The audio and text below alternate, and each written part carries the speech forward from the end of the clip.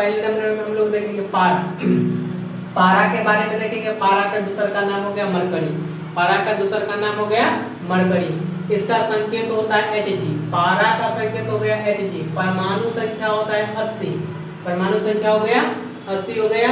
परमाणु भार जो हो गया लगभग 200 होता है। 200.56 के लगभग में होता है।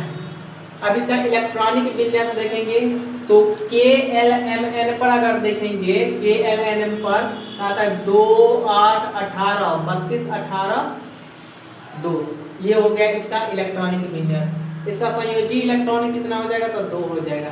संयोजी इलेक्ट्रॉन को छोड़ करके बाकी जितने भी इलेक्ट्रॉन होते हैं सब कहलाता है कोर इलेक्ट्रॉन। तो कोर इलेक्ट्रॉन होगा इसका 78। अब इसका संयोजकता देखा जाएगा तो संयोजकता हो जाएगा 2।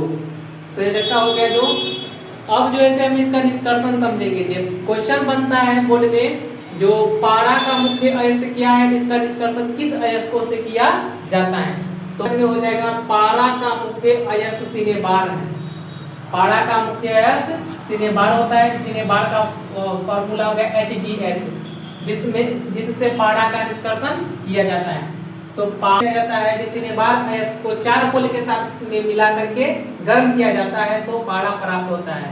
तो पारा प्राप्त होता है, ये हो जाएगा सिनेबार अयस्क। सिनेबार अयस्क को ऑक्सीजन की उपस्थिति में जलाते हैं तो यहाँ पारा का अयस्क मिल जाता है और ये जो होता है SO2 गैस होता है, ये पी के बाहर निकल जाता है। अब SO2 को कार्बन की उपस्थिति में जलाएंगे तो ये Hg यानी कि Hg प्लस CO2 में परिवर्तित हो जाता है। Hg और CO2 में परिवर्तित हो जाता है।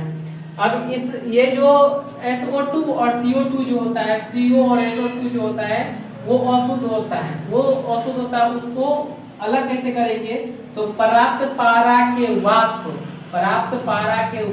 CO एवं SO2 के मिश्रण को संघनक से प्रवाहित वाष्प CO एवं SO2 के मिश्रण को संघनक से प्रवाहित कर पारा को संघनित कर लिया जाता है।